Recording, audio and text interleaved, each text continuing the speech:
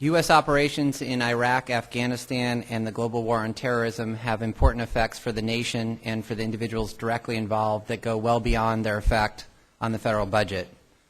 My job in my testimony this morning, though, focuses on the narrower issues surrounding those budget costs. The testimony delineates three types of budget costs: past spending, potential future spending, and borrowing costs. First, the past. As the first chart shows, from September 2001 through the end of fiscal year 2007, the Congress appropriated $602 billion for military operations in Iraq, Afghanistan, and other activities associated with the war on terrorism. This funding has been rising rapidly, roughly doubling from between 2003 and 2007, as you see on the chart, from $88 billion to $170 billion. A disproportionate amount of that growth has been experienced in the area of procurement, which rose from about $1 billion in 2003 to more than $50 billion in 2007. Much of that growth, in turn, is related to the so-called reconstitution and related reset programs, which are intended to repair or replace damaged equipment. CBO's analysis of those programs, however, suggests that a significant share of the funding has been devoted to substantial upgrades or new purchases to expand capacity above pre-war levels, rather than simply to replace or repair damaged equipment.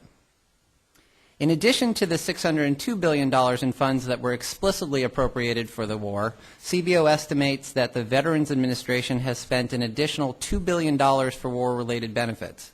Including this VA-related spending, funding for the war through 2007 has amounted to $604 billion, as shown in the second table. As that table also shows, the vast bulk of this $604 billion, that's the first column, provided to date through the end of 2007, has been for the Department of Defense. That's that $533 billion you see in the upper left corner of the first column. DoD is currently obligating an average of almost $11 billion a month for expenses associated with the war. Most of that is related, about $9 billion per month, for operations in Iraq. I'd also note that war-related appropriations now account for about a quarter of the department's overall budget. The remainder of the $604 billion provided to date is, and in addition to the VA spending that I already mentioned, comes in two different categories. First, approximately $30 billion has been provided to establish, train, and equip indigenous security forces in Iraq and Afghanistan, and roughly $39 billion has been provided for reconstruction and relief efforts, diplomatic operations, embassy construction, foreign aid, and economic support. Okay, that's the past. In terms of the future, CBO has projected the costs of activities associated with operations in Iraq, Afghanistan, and the war on terrorism under two possible scenarios. The projections for both scenarios are based on the assumption that the increased troop levels currently in theater in Iraq will be sustained for nearly 12 months and then reduced. I'd also note that the scenarios are meant to serve as an illustration of the budgetary impact of two possible courses in the war on terrorism, but they are not intended to be a precise prediction of what will occur. In the first scenario, the number of personnel deployed on the ground for the war on terrorism would be reduced from an average of about 200,000 in fiscal year 2008 to 30,000 by the by the beginning of fiscal year 2010, and then remain at that level through 2017. CBO estimates that future costs to the government under this scenario would total $570 billion over the next decade, as you can see at the bottom of the second column in this chart. In the second scenario, the number of personnel deployed to Iraq and other locations associated with the war on terrorism would decline more gradually, falling from 200,000 this year to 75,000 by the end of fiscal year 2013, and then remain at that level through 2017. Under that scenario, CBO estimates that future costs would total more than $1 trillion over the next decade. Again, you see that at the bottom of the final column in the chart.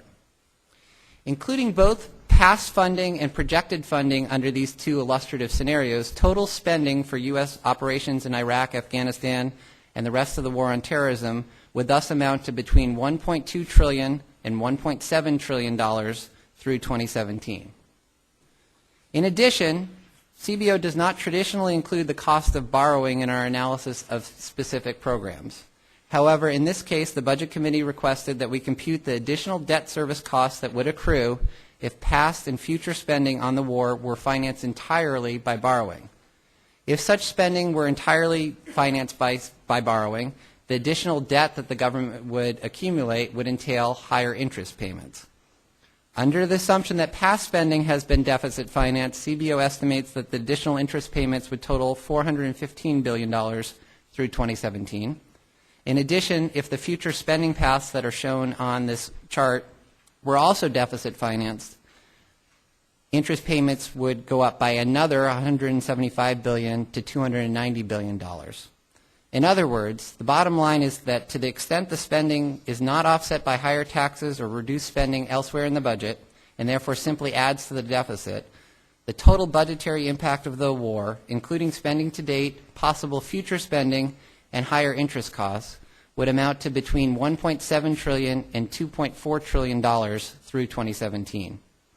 A final part of my written testimony addresses some differences between CBO estimates and other estimates of the cost of the war that have been produced by private researchers, and I would be happy to answer any of your questions about those differences.